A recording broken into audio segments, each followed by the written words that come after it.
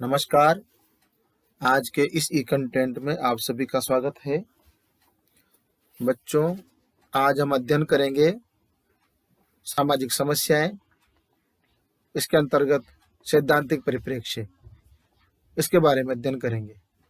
प्रारंभ करते हैं। किसी भी तथ्य अथवा घटना के अनेक लक्षण एवं प्रभाव होते हैं। ये लक्षण एवं प्रभाव बहुत विस्तृत एवं व्यापक होते हैं।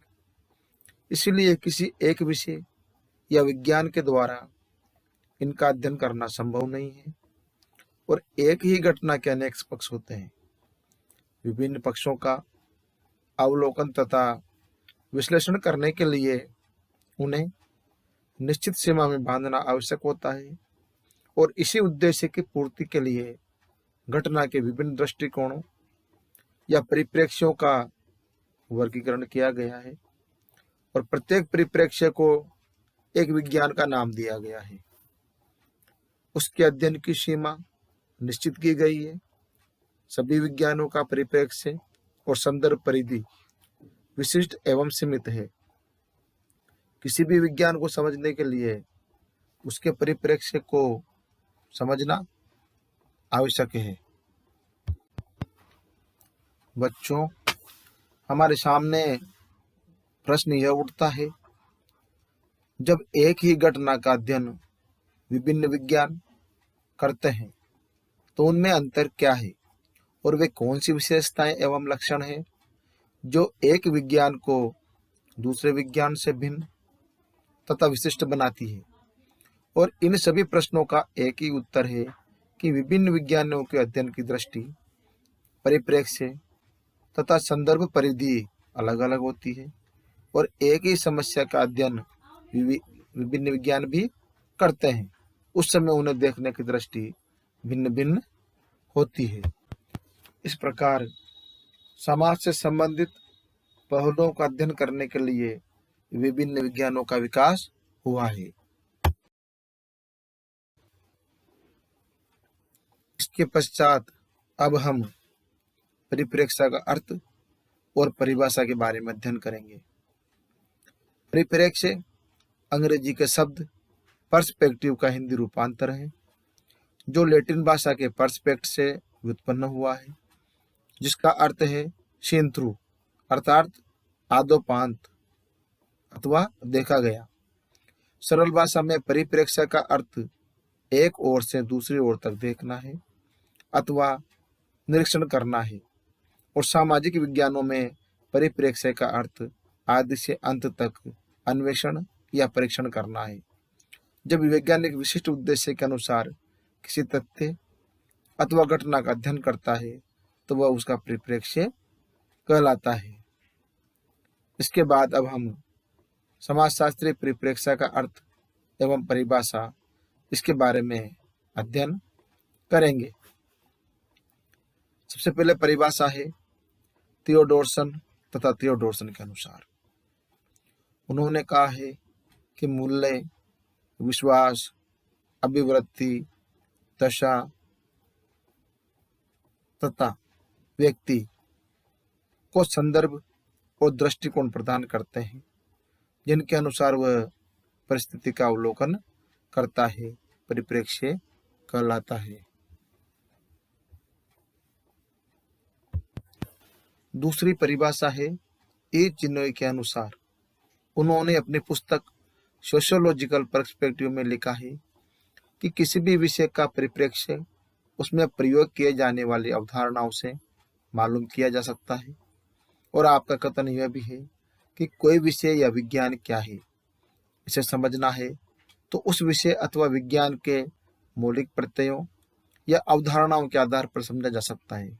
और इनके अनुसार अगर हम किसी विज्ञान की अवधारणाओं की परिभाषा करते हैं तो उसका अर्थ यह है कि हम उस विज्ञान की प्रकृति तथा परिप्रेक्ष्य की सीमाओं की परिभाषा कर रहे हैं। चिन्हों ने यहाँ पर एक उदाहरण द्वारा स्पष्ट किया है कि यदि डबल रोटी का अध्ययन और विश्लेषण विभिन्न परिप्रेक्ष्यों के द्वारा किया जा सकता है। आपका कहना है कि प्रत्येक विज्ञान डबल रोटी के किसी एक पक्ष का अध्ययन करने के लिए विशिष्ट एवं सुनिश्चित अवधारणाओं का प्रयोग करेगा।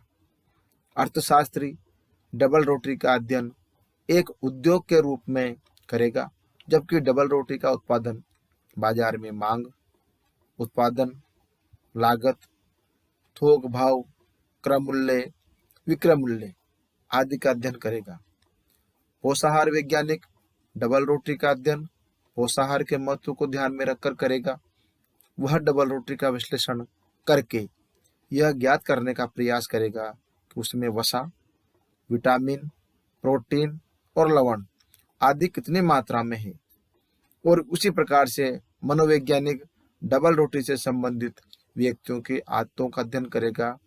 एक समाजशास्त्री डबल रोटरी का अध्ययन करते समय यह पता लगाने का प्रयास करेगा कि पति पत्नी के संबंधों पर उसका क्या प्रभाव पड़ता है।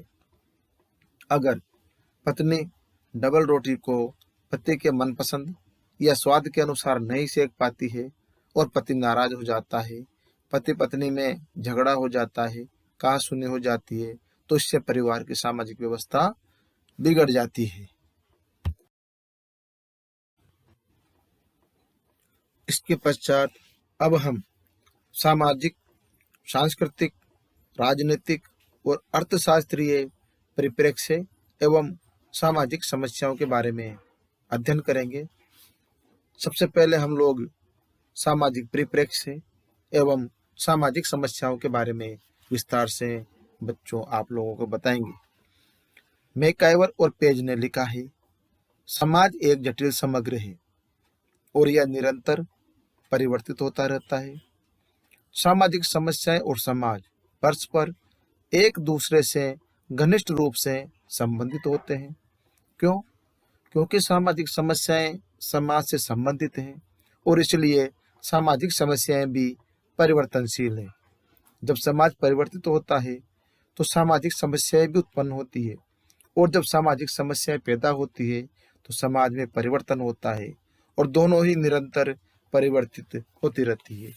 बच्चों, समाज के विभिन्न घटक या अंग जैसे सामाजिक संरचना, मूल्य, आदर्श, संस्थाएं, श्रेणियां, शक्ति, रीतियां और कार्य प्रणालियां आदि सामाजिक समस्याओं से संबंधित है। और मानव एक सामाजिक सांस्कृतिक प्राणी है। वह जन्म के बाद सामाजिकता के गुणों को सीखता है। अपनी भौतिक आवश्यकताओं जैसे भोजन, वस्त्र, आवास, लैंगिक तृष्णा की पूर्ति, स्वयं को व्यक्त करने की इच्छा आदि समाज में रहकर पूर्ण करता है। जब विभिन्न व्यक्ति अपनी आवश्यकताओं की पूर्ति के लिए परस्पर क्रिया प्रतिक्रिया और अंतःक्रिया करते हैं तो उसमें झगड़े भी होते हैं, जिससे सामाजिक समस्याएं उत्पन्न होती है।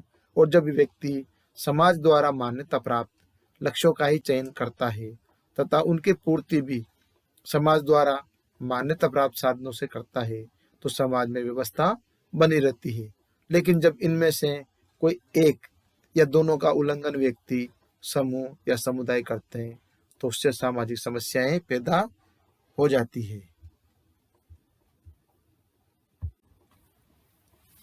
दूसरा बिंदु है सांस्कृतिक परिप्रेक्ष्य और सामाजिक समस्याएं। इसके अंतर्गत बच्चों सांस्कृतिक परिप्रेक्ष्य या दृष्टिकोण से देखें तो जब अनेक सांस्कृतिक क्षेत्रों में परिवर्तन होता है तो सामाजिक समस्याएं उत्पन्न होती है।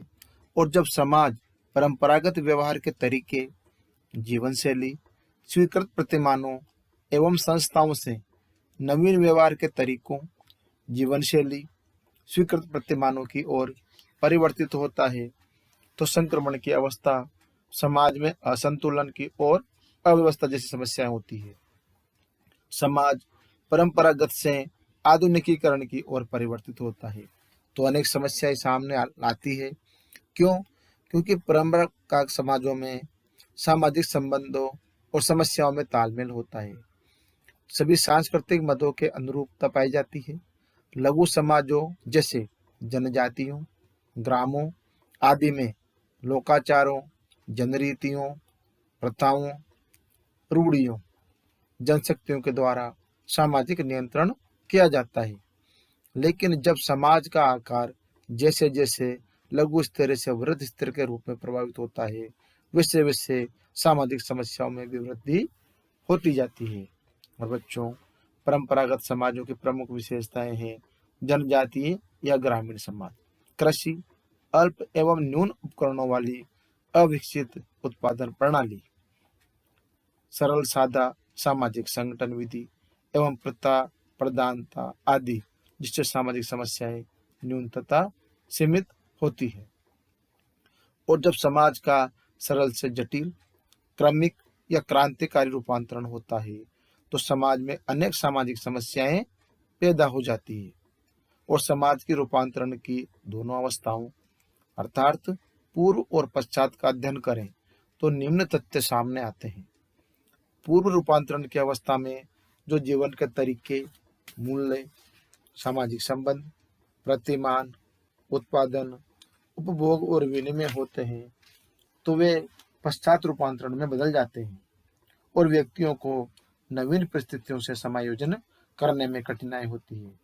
और इस बीच के काल, पूर्व और पश्चात की अवस्था, संक्रमण काल में अनेक सामाजिक समस्याएं पैदा होती है। और निष्कर्ष रूप में बच्चों, यह कहा जा सकता है कि समाज में रूपांतर की प्रक्रिया निरंतर चलती रहती है और सांस्कृतिक कारकों के बीच अव्यवस्था उत्पन्न होती रहती है, जो कि सामाजिक समस्याओं को उत्पन्न भी करती है और उनका समाधान एवं नियंत्रण भी करती है।